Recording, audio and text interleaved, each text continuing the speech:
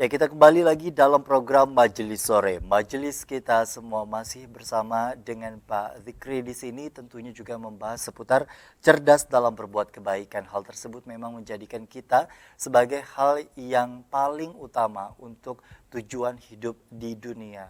Bicara mengenai kebaikan, tentu lawannya adalah keburukan. Hal tersebut seolah menjadi dua sisi yang kadang nilai kebaikan tersebut bisa jadi dinilai oleh orang lain menjadi nilai keburukan. Padahal yang memang diniatkan adalah bentuknya kebaikan. Bisa jadi juga keburukan dipandang baik oleh orang lain, Pak. Nah, bicara mengenai hal ini, Pak, ini sebenarnya bukan, kita sudah memahami bahwa pandangan orang itu tidak akan ada habisnya ya. Itu sudah menjadi kunci yang paling utama. Tapi di luar dari itu semua, ketika kita misalkan meniatkan untuk sedekah ya Pak ya. Betul. Di tengah niat kita untuk mempublikasi, untuk mengajak orang-orang berbuat hal yang sama misalkan. Sedangkan respon dari orang-orang bahwa hal tersebut sebagai bentuk keriaan. Padahal di dalam diri kita tujuannya tidak lain adalah misalkan untuk memberikan salah satunya mungkin dokumentasi, apalagi kan di era teknologi saat ini ya Pak ya. Yang kedua adalah sebagai bentuk ajakan ke orang lain untuk bisa berbuat yang sama. Bagaimana dengan kondisi seperti ini? Ya, baik. Sebetulnya kan persoalan ini lagi-lagi akan terpulang kepada niat ya. Niat si pelaku gitu, niat orang yang ingin berbuat kebaikan itu. Niatnya apa sebetulnya? Kalau memang niatnya semata-mata ingin ya istilahnya melaksanakan, karena memang ini adalah ingin mengerjakan perintah Allah, ini merupakan perintah Allah, maka kerjakan. Jangan tadi kan segera gitu, jangan mempedulikan bisikan-bisikan yang lain-lain itu ya. Jadi kita langsung eksekusi ya dengan kita melakukan kebaikan itu. Nah, dan ketika memang kalau dalam perkara sedekah ini di dalam Islam kan disebutkan bahwa ketika itu dilakukan secara sembunyi-sembunyi maka itu lebih baik.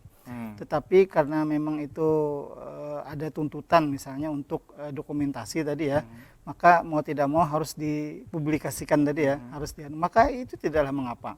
Karena memang beda gitu ya. Lain hal misalnya ketika si pelaku ini, orang yang bersedekah ini memang dari awal sudah ada niatan ingin memperlihatkan gitu ya, memperlihatkan. Memang ini sesuatu yang sangat sulit ya. Karena itulah maka bagi si pelaku ya, orang yang bersedekah, selain dengan niat yang memang semata-mata ingin, nah ini tadi ya yang saya sebutkan tadi, dilandaskan dengan keimanan tadi. Artinya kalau keimanannya masih tercampur dengan yang lain, maka otomatis niatnya akan menjadi tidak murni lagi karena Allah. Maka hendaklah makanya di dalam Islam itu kemudian mengapa disebutkan bahwa sedekah yang lebih baik itu adalah yang tersembunyi gitu.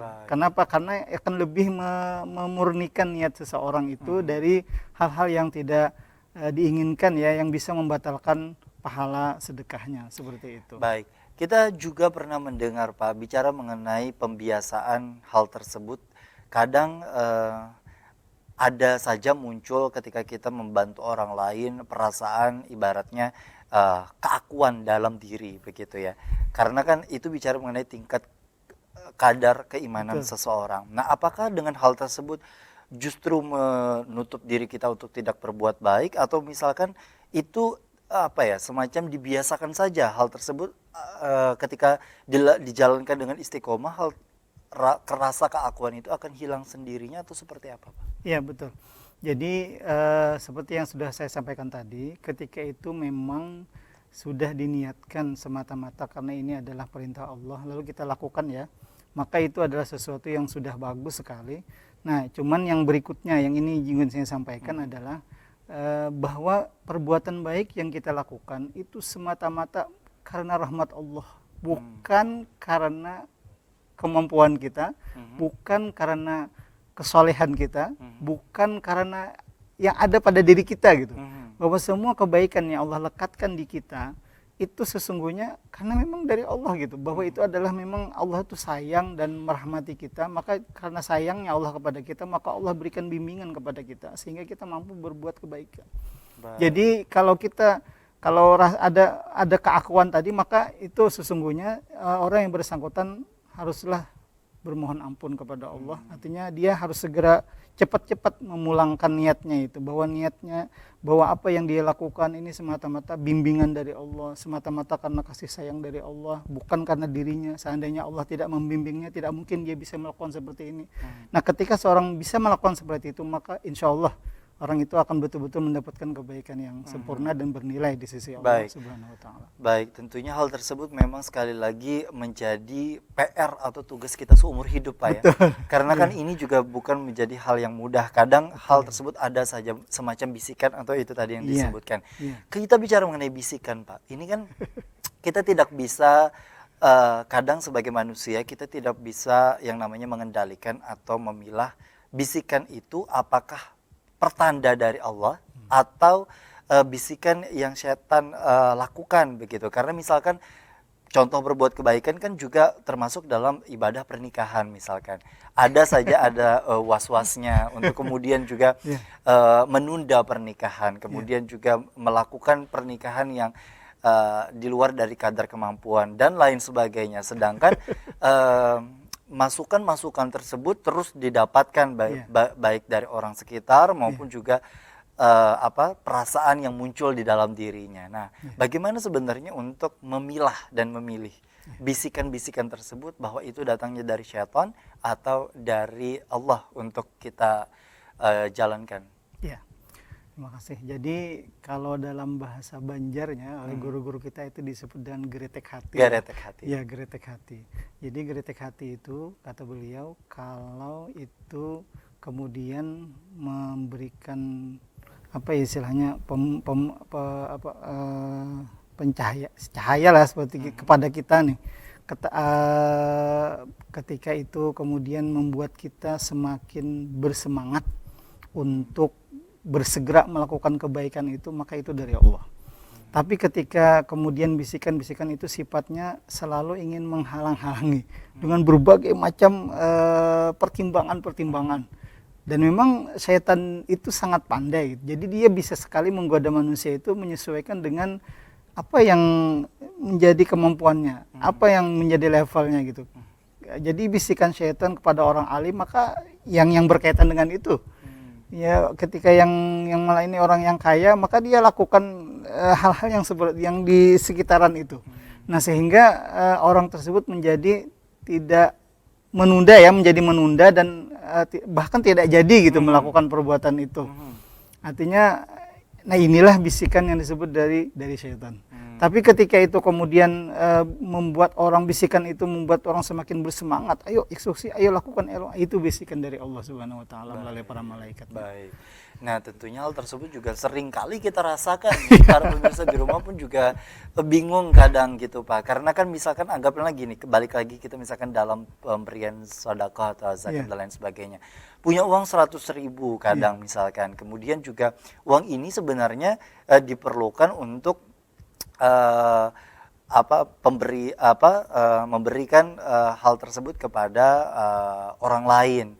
Namun ternyata dengan kondisi dan situasi terkini yang tidak memungkinkan karena misalkan kendala di jalan, karena misalkan ada perut lapar dan lain sebagainya, uang tersebut terminimalisir menjadi 10.000 untuk memberinya. Nah, ini kan juga bagian dari keadaan sebenarnya, Pak. Apakah hal tersebut juga kategori yang salah atau seperti apa? Ya. Jadi memang dalam hal ini makanya untuk sedekah itu memang Allah memerintahkan kepada kita melalui Rasulnya itu memang sebetulnya ini tergantung tingkat keimanan ya, kadar keimanan kita. Ada yang memang imannya begitu tinggi gitu ya, sehingga dia tidak memperdulikan lagi apa yang akan terjadi, yang penting dia berbuat kebaikan secara penuh gitu. Dia sedekahkan semuanya gitu ya, tanpa mempertimbangkan ini dan itu. Karena kalau dipertimbangkan lagi dia akan tidak akan jadi melakukannya. Nah, ini bagus ya, ini yang bagus, tapi yang lainnya juga bagus gitu. Artinya kalau toh misalnya seseorang bersedekah tidak semuanya, tetapi dengan hanya sebahagiannya saja dan kadang sebagian kecil ya yang dilakukan, maka itu pun juga baik, asalkan dengan pertimbangan bahwa sisa dari harta yang dimilikinya itu memang dia niatkan untuk misalnya gini ya. Nah ini pentingnya kemudian mengapa kita ketika beramal itu harus dengan ilmu. Nah dengan ilmu gitu. Misalnya nih bersedekah itu yang paling afdal ke siapa? Pada keluarga. Jadi ketika ada orang misalnya minta-minta, sementara kita ada punya uang, lalu kemudian kita tidak berikan semua, tapi kita berikan sebagian saja. Karena apa? Karena yang paling afdal sesungguhnya yang diberi itu adalah keluarga. Maka di dalam sebuah hadis misalnya disebutkan, kata beliau, harta yang kalian infakkan untuk keluarga kalian itu lebih afdal dari harta yang kalian berikan kepada fakir miskin. Seperti itu.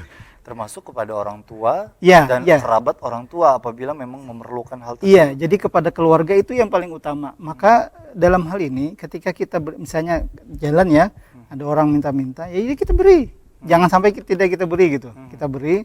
Nah, tapi kita masih ada sisa. Nah, sisanya itu kita niatkan untuk sedekah kepada keluarga. Nah itu sama itu. Sama ya, sama itu. Baik, luar biasa. Nah, kalau bicara mengenai tadi kan kadar keimanan ya, kita ketahui para sahabat, para Rasulullah pun juga begitu besar keimanan beliau sampai seluruh harta dikasihkan ke orang sampai tidak tahu lagi mau makan apa. Padahal ibaratnya kalau misalkan bagi sebagian dari kita yang kemudian dengan memiliki hal tersebut pasti terpikirkan setidaknya untuk cukup diri dulu baru orang lain gitu kan. Nah hal tersebut kan bicara mengenai kadar keimanan seseorang.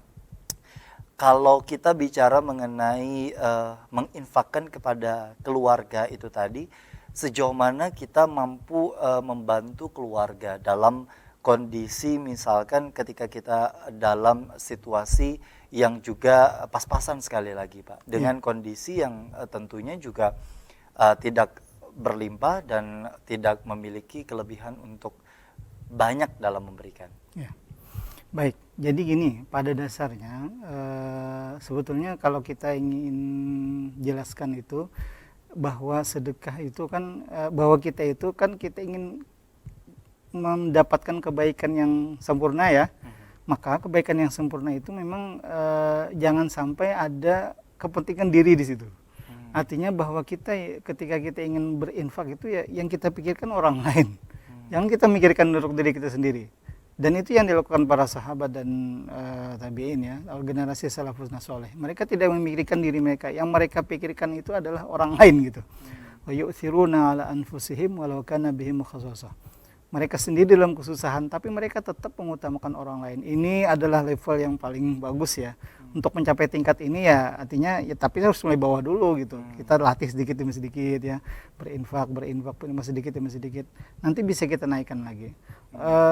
Mohon maaf kalau kita memang tidak punya keyakinan yang memadai ya, seperti yang diperpegangi oleh para sahabat itu, mungkin kita jangan gegabah. Makanya seperti yang saya sampaikan tadi, berbuat kebaikan itu harus cerdas tadi. Dan harus sesuai levelnya tadi. Betul. Baik ya. Kalau Jangan kita mengikuti yang namanya para sahabat Rasulullah, memang itu begitu indah dan begitu hal yang sangat istimewa. Betul. Tapi balik lagi dengan keadaan kita, dan saya yakin juga Islam tidak memberatkan untuk betul. kita Nah semua. itu yang ditekankan. Nah bicara mengenai sedekah ya, kadang ada perasaan muncul ketika orang minta-minta di jalan ataupun para pengamen, perasaan muncul bahwa hal tersebut orangnya secara fisik kuat, lalu kemudian kita enggan untuk mengasihi. Nah bagaimana dengan kondisi seperti ini? Kita akan kembali, tetaplah bersama kami dalam program Majelis Sore, Majelis Kita Semua.